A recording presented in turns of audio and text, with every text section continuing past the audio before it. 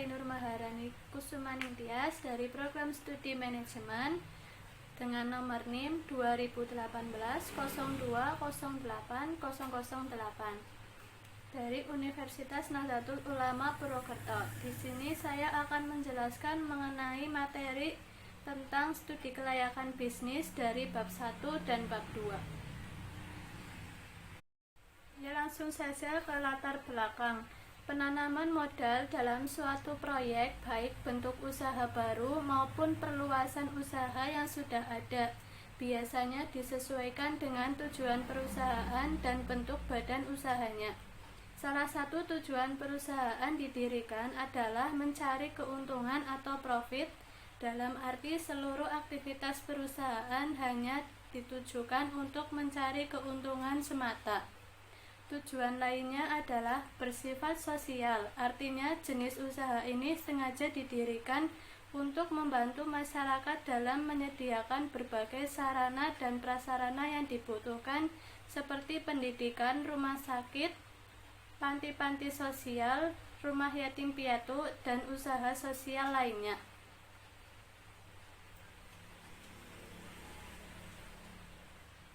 Ya, selanjutnya pengertian investasi. Menurut William, investasi adalah mengorbankan dolar sekarang untuk dolar di masa yang akan datang.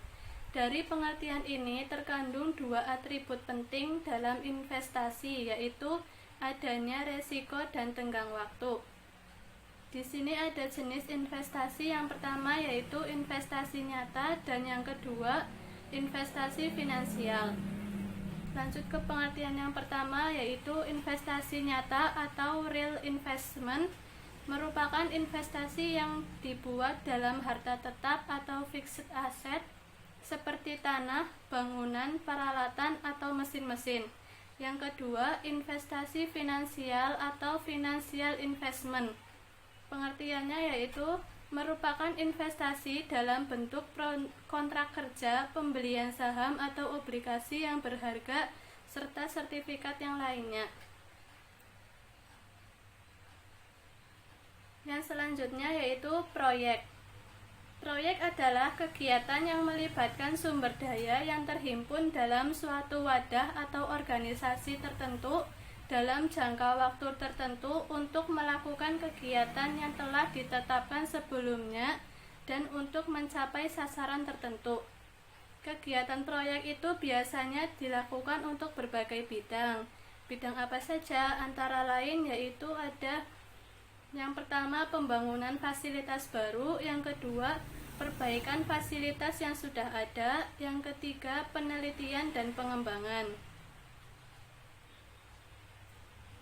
Yang selanjutnya yaitu dalam prakteknya timbulnya suatu proyek disebabkan oleh beberapa faktor.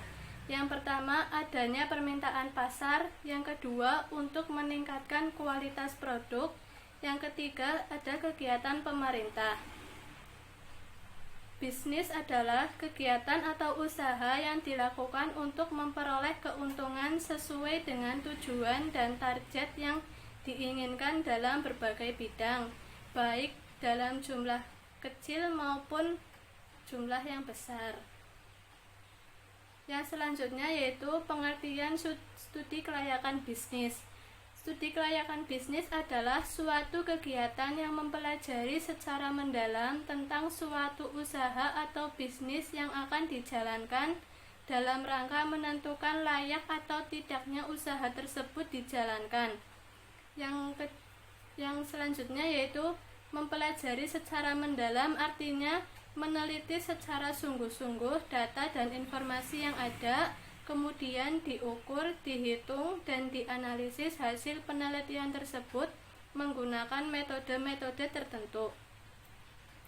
Kelayakan artinya penelitian yang dilakukan secara mendalam tersebut dilakukan untuk menentukan apakah usaha yang dijalankan memberikan manfaat yang lebih besar dibandingkan dengan biaya yang dikeluarkan.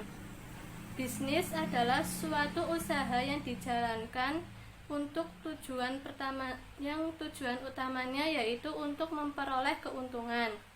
Keuntungan yang dimaksud dalam bisnis adalah keuntungan yang bersifat finansial.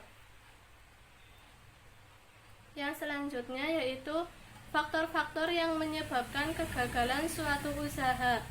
Yang pertama ada data informasi yang tidak lengkap, yang kedua tidak teliti, yang ketiga salah perhitungan, yang keempat pelaksanaan pekerjaan yang salah, yang kelima kondisi lingkungan, yang keenam unsur yang lainnya. Yang selanjutnya yaitu manfaat bisnis. Yang pertama, memperoleh keuntungan. Yang kedua, membuka peluang pekerjaan. Yang ketiga, bermanfaat untuk ekonomi. Yang keempat, tersedia prasarana dan sarana. Yang lima, membuka isolasi wilayah. Yang keenam, meningkatkan persatuan dan membantu pemerataan pembangunan. Yang selanjutnya yaitu tujuan studi kelayakan bisnis. Yang pertama, menghindari resiko kerugian. Yang kedua, memudahkan perencanaan. Yang ketiga, memudahkan pelaksanaan pekerjaan. Yang keempat, memudahkan pengawasan. Yang kelima, memudahkan dalam pengendalian. Yang selanjutnya yaitu lembaga-lembaga yang memerlukan studi kelayakan. Ada pemilik usaha, pemerintah, kreditur, masyarakat luas, dan manajemen. Yang selanjutnya ada aspek-aspek penilaian bisnis. Yang pertama ada aspek hukum, aspek pasar dan pemasaran. Yang ketiga aspek keuangan. Yang keempat aspek teknis dan operasi. Yang kelima aspek manajemen atau organisasi. Yang keenam aspek ekonomi sosial. Yang ketujuh aspek dampak lingkungan. Yang selanjutnya ada tahap-tahap dalam studi kelayakan bisnis. Yang pertama ada pengumpulan data dan informasi. Yang kedua ada melakukan pengolahan data. Yang ketiga analisis data. Yang keempat mengambil keputusan.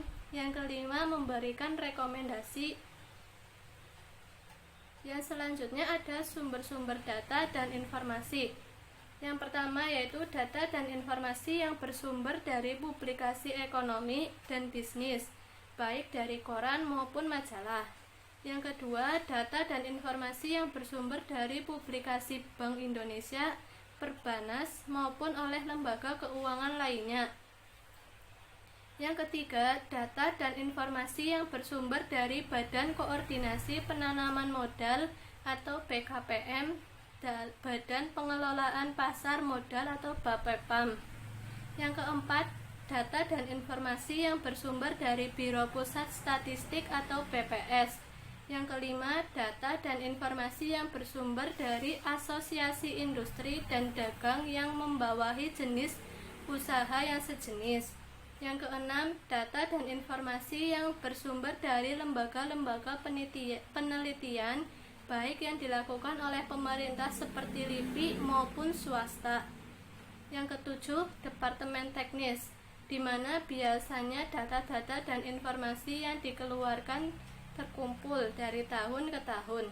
Yang terakhir yaitu ada data dan informasi yang bersumber dari universitas atau perguruan tinggi. Terima kasih. Itulah bab pertama. Yang selanjutnya ada yang ke bab kedua, yaitu kita lanjut kepada materi bab 2, yang dimana ada aspek hukum. Aspek hukum adalah keseluruhan peraturan baik tertulis maupun tidak tertulis yang mengatur tata tertib di dalam masyarakat dan terhadap pelanggarnya umumnya dikenakan sanksi. Tujuan dari aspek hukum adalah untuk meneliti keabsahan, kesempurnaan, dan keaslian dari dokumen-dokumen yang dimiliki. Yang selanjutnya adalah jenis-jenis badan hukum usaha. Yang pertama ada perseorangan, yang kedua ada firma atau FA, yang ketiga perseroan komanditer atau CV, yang keempat perseroan terbatas atau PT, yang kelima perusahaan negara, yang keenam perusahaan daerah, yang ketujuh ada yayasan, yang kedelapan koperasi. Ya, yang pertama yaitu perseorangan. Perusahaan perseorangan merupakan perusahaan yang dimiliki oleh perseorangan atau hanya seseorang. Untuk mendirikan perusahaan perseorangan sangatlah sederhana dan tidak memerlukan persyaratan khusus sebagaimana bentuk badan hukum lainnya. Di samping itu, pendirian usaha perseorangan tidak memerlukan modal yang besar. Kelebihan dari perusahaan perseorangan adalah pendiriannya yang mudah, tidak memerlukan organisasi yang besar, tetapi cukup dengan organisasi dari manajemen yang sederhana. Tujuan dari perusahaan ini adalah semata-mata untuk mencari keuntungan. Yang kedua ada firma atau FA, adalah perusahaan yang didirikan oleh 2 orang atau lebih dan menjalankan perusahaan dengan atas nama perusahaan. Untuk mendirikan firma terdiri dari 2 cara, yaitu yang pertama melalui akta resmi, yang kedua di bawah tangan. Jika melalui akta resmi, maka proses selanjutnya harus sampai di berita negara. Jika memilih di bawah tangan, proses ini tidak perlu, cukup melalui kesepakatan pihak-pihak tertentu yang terlibat. Tujuannya yaitu sama dengan perusahaan perseorangan, yaitu semata-mata untuk mencari keuntungan. Yang ketiga ada perseroan komanditer atau CV. Perseroan komanditer atau CV adalah persekutuan yang didirikan atas dasar kepercayaan. Dalam perseroan komanditer terdapat beberapa sekutu yang secara penuh bertanggung jawab atas sekutu lainnya. Kemudian ada 1 atau lebih sekutu yang bertindak sebagai pemberi modal. Tujuan pendirian CV adalah guna memberikan peluang bagi perseorangan untuk ikut menanamkan modalnya dengan tanggung jawab yang terbatas. Yang ketiga yaitu ada perseroan terbatas atau PT. Perseroan terbatas atau PT menurut undang-undang itu adalah bentuk badan hukum yang didirikan berdasarkan perjanjian yang melakukan kegiatan usaha dengan modal tertentu yang seluruhnya terbagi dalam saham dan memenuhi persyaratan yang ditetapkan dalam undang-undang ini serta peraturan pelaksanaannya. Kelebihan dari perusahaan PT ini adalah luasnya bidang usaha yang dimiliki, kewenangan dan tanggung jawab yang dimiliki terbatas kepada modal yang disetor. Hal-hal penting yang disimpulkan dari pengertian perseroan terbatas atau PT yaitu yang pertama, bahwa PT merupakan suatu badan hukum perusahaan untuk melakukan suatu kegiatan. Yang kedua, pendirian PT dilakukan atas dasar suatu perjanjian antara pihak-pihak yang ikut terlibat di dalamnya. Yang ketiga, pendirian PT didasarkan atas kegiatan atau ada usaha tertentu yang dijalankan. Yang keempat, pendirian PT dengan modal yang terbagi dalam bentuk saham. Yang kelima, PT harus mematuhi persyaratan yang telah ditetapkan dalam undang-undang serta aturan pemerintah lainnya. Yang selanjutnya ada jenis-jenis PT. Berdasarkan praktiknya, PT terbagi menjadi dari segi kepemilikan dan segi status. Berdasarkan segi kepemilikan yaitu ada PT biasa, PT terbuka, dan PT persero. Dari segi status ada PT tertutup dan PT terbuka. Yang selanjutnya ada modal PT. Yang pertama ada modal dasar, yang kedua modal ditempatkan atau dikeluarkan. Yang selanjutnya yaitu ada nomor 5, perusahaan negara. Perusahaan negara atau PT adalah perusahaan yang didirikan berdasarkan undang-undang. Modal untuk mendirikan PN adalah atas kekayaan negara yang dipisahkan dan tidak dipisahkan atas saham. Perusahaan negara dipimpin oleh seorang kepala atau direksi yang diangkat oleh pemerintah perusahaan. Perusahaan negara dibagi ke dalam beberapa jenis, antara lain yaitu perusahaan jawatan atau perjan, perusahaan umum atau perum, dan perusahaan perseroan atau persero. Yang keenam yaitu ada perusahaan daerah. Perusahaan daerah merupakan perusahaan yang didirikan dengan suatu peraturan daerah. Modalnya seluruhnya atau sebagian besar milik pemerintah daerah yang dipisahkan kecuali dengan ketentuan lain dengan atau berdasarkan undang-undang. Tujuan didirikannya perusahaan daerah yaitu untuk turut serta melaksanakan pembangunan ekonomi umumnya. Yang selanjutnya ada nomor 7 yaitu yayasan. Yayasan merupakan badan usaha yang tidak bertujuan untuk mencari keuntungan dan lebih menekankan usahanya pada tujuan sosial. Modal berasal dari sumbangan, wakaf, hibah, atau sumbangan yang lainnya. Yayasan memiliki pengurus dan harta milik pengurus yang dipisahkan dari harta yayasan. Yang nomor 8 atau nomor terakhir yaitu ada koperasi. Menurut Undang-Undang Nomor 25 Tahun 1995, koperasi adalah badan usaha yang beranggotakan orang-orang atau badan hukum koperasi sekaligus sebagai gerak ekonomi rakyat berdasarkan atas kekeluargaan. Tujuan dari koperasi adalah untuk membangun dan mengembangkan potensi kemampuan ekonomi pada anggotanya, khususnya pada masyarakat pada umumnya. Yang selanjutnya yaitu ada jenis-jenis izin usaha. Jenis-jenis izin usaha yang dijalankan yaitu yang pertama ada tanda daftar perusahaan atau TDP. Yang kedua, nomor pokok wajib pajak atau NPWP. Yang ketiga, izin-izin usaha. Yang keempat, sertifikat tanah atau surat-surat berharga yang dimiliki. Yang selanjutnya yaitu jenis usaha yang harus diurus. Yang pertama yaitu surat izin usaha atau SIUP yang biasa disebut dengan surat izin usaha perdagangan. Yang kedua, surat izin usaha industri atau SIUI. Yang ketiga yaitu izin usaha tambang. Yang keempat, izin usaha perhotelan dan pariwisata. Yang kelima, izin usaha farmasi dan rumah sakit. Yang keenam, izin usaha peternakan dan pertanian. Yang ketujuh, izin domisili di mana perusahaan atau lokasi proyek berada. Yang selanjutnya, izin gangguan. Yang selanjutnya, izin mendirikan bangunan atau IMB.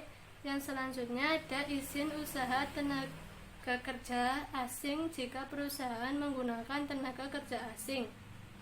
Yang selanjutnya ada penelitian dokumen lainnya. Yang pertama yaitu ada bukti diri seperti KTP atau KK. Yang kedua ada sertifikat tanah. Yang ketiga ada bukti pemilikan kendaraan bermotor atau BPKB. Yang keempat, surat-surat atau sertifikat yang berharga lainnya. Yang selanjutnya ada dokumen yang diteliti, yaitu yang pertama ada bentuk badan usaha, yang kedua bukti diri, yang ketiga tanda daftar perusahaan atau TTP, yang keempat nomor pokok wajib pajak atau NPWP, yang kelima izin-izin perusahaan, yang keenam keabsahan dokumen lainnya. Yang selanjutnya ada penelitian lapangan. Penelitian lapangan itu berguna untuk mengecek kebenaran dari data-data atau informasi yang kita butuhkan, dan untuk menguji kebenaran atau keabsahan dokumen dapat kita lakukan dengan dua cara, yaitu yang pertama menandatangani sumber informasi yang berhak mengeluarkan surat-surat atau dokumen-dokumen. Yang kedua, mencari informasi dari laporan koran, majalah, atau perpustakaan yang memuat informasi yang relevan dengan analisis kita. Ya, saya rasa cukup sekian penjelasan materi dari saya. Kurang lebihnya mohon maaf. Wassalamualaikum warahmatullahi wabarakatuh.